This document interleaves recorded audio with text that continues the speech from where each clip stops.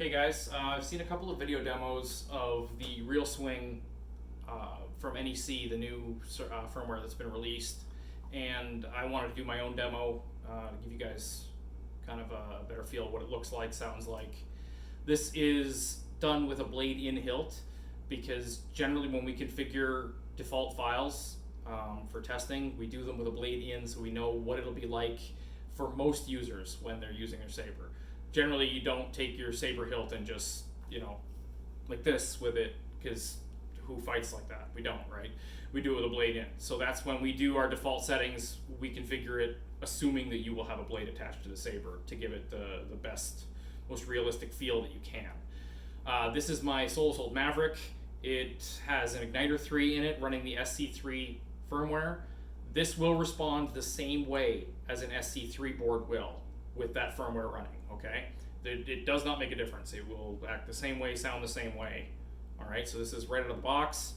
I'm using a 32-inch thin-walled Vader's Vault blade.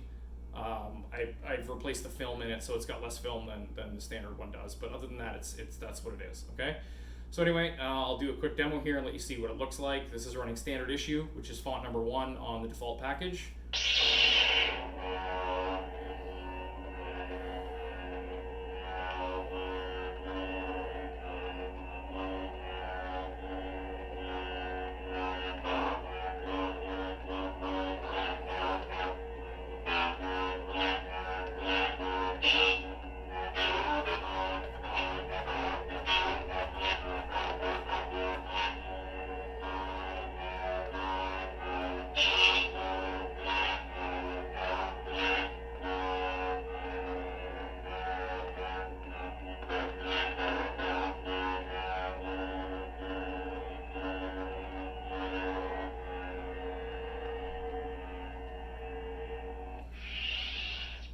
So there you go, guys. That's the demo. I think the new settings that Scott has put in for the default config is pretty bang on.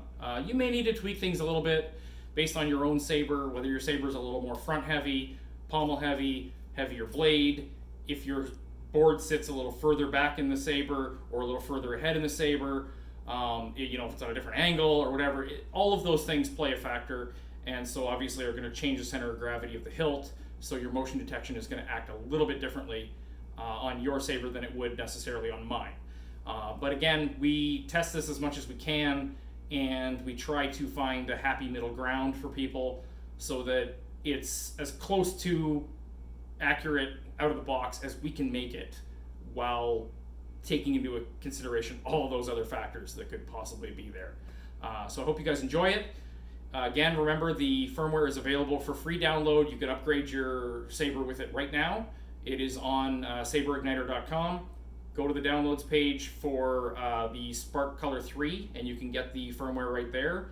It is on the Spark 3 as well, and you can use that firmware on any Igniter 3 saber as well, and it will work just fine, as you can see here, because that's what I do. And anyway, guys, have a great day, and may the Force be with you.